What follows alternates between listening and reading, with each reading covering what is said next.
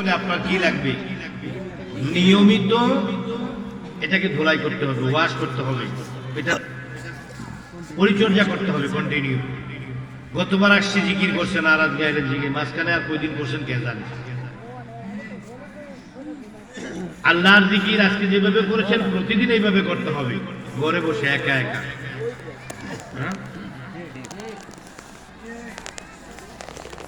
তাহলে কি হয়ে যাবে? কাল সতেজ হবে।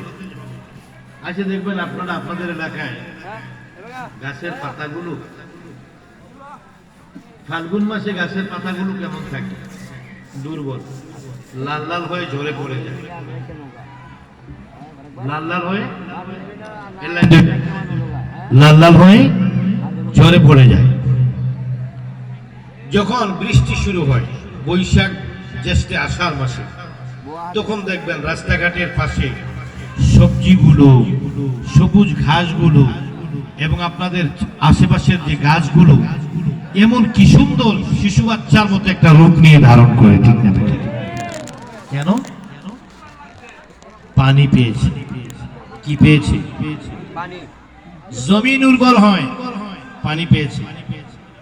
এখন একবারও ভাবলেন না আমার আত্মাটা উর্বর হবে কি করলে? মাওলার জিকির। কার জিকির? মাওলার জিকির। এভাবে আজকে যেভাবে করেছেন একা একা ঘরে বসে আল্লাহ জিকির করবেন। জিকির অনুষ্ঠানের জন্য নয়, জিকির নিজের জন্য। যিনি জিকির অনুষ্ঠানের জন্য নয়, নিজের আত্মার জন্য। বুঝেছেন? হযরতে মুসা কালিমুল্লাহর জামানায়, কার জামানায়? মুসা কালিমুল্লাহর জামানায়। মুসা কালিমুল্লাহ উনি কি করলেন? ওইটা উত্তর দিচ্ছি, এটা তো মুসা কালিমুল্লাহ তুর পর্বতে উঠলেন। কোন পর্বতে? মুসা কালিমুল্লাহ তুর পর্বতের মধ্যে উঠে উম্মতদেরকে নিয়ে ভাষণ দিচ্ছেন, বক্তব্য দিচ্ছেন, ভাষণ দিচ্ছেন। এমন সময় হঠাৎ করে আকাশের একটি মেঘমালা আসে। মুসা নবীর মাথার উপরে কি করলেন? ছায়া ধরে দাঁড়ালেন।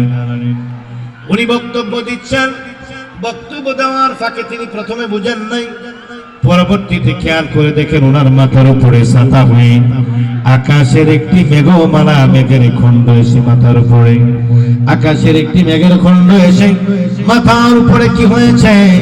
মাথার উপরে দাঁড়িয়ে রয়েছে। ওনার গায়ের মধ্যে কি করার জন্য? ওনার গায়ের মধ্যে কি করার জন্য? ছায়া দেওয়ার জন্য। উপরের দিকে তাকাইয়া যখন দেখলো আল্লাহর পক্ষ থেকে কি হয়ে গেছে? আল্লাহর পক্ষ থেকে কি হয়েছে? আকাশের মেঘমালা এসে ছায়া দিয়ে তোমাকে দাঁড়িয়েছে। মনের ভিতরে হঠাৎ করে গো, মনের ভিতরে একটু ভাব আসলো, মনের ভিতরে একটি ভাব আসলো।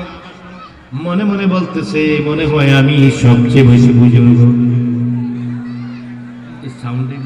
অনেক কণ্ঠে সার্ভিসের অনেক সময় এটার কারণে আমাদের অনেক সমস্যাও হয়, অ্যাডজাস্ট এখনো করতে পারিনি। ভাইয়ের আমার, তো মুসা কালিমুল্লাহ কি করলেন? ওই ছায়ার দিকে তাকে মনে মনে আমি মোটামুটি, তাইলে কোনো জামানা আমি মোটামুটি এখন ভালো একটা বুজুর্গ লোকদের মধ্যে আমি মনে হয় শ্রেষ্ঠ। কারণ যেহেতু আমার মাথার উপরে আকাশের মেঘমালা ছায়া দিয়েছে।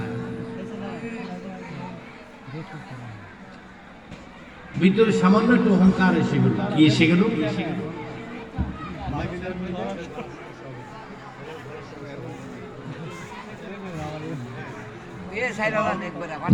কি করলেন?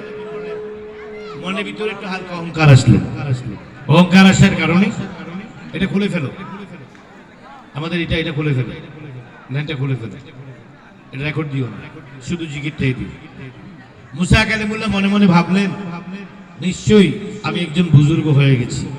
একটু অহংকারও আসলো। আল্লাহ সব মেনে নিতে পারে, একটা জিনিস মেনে নিতে পারে না, সেটার নাম কি?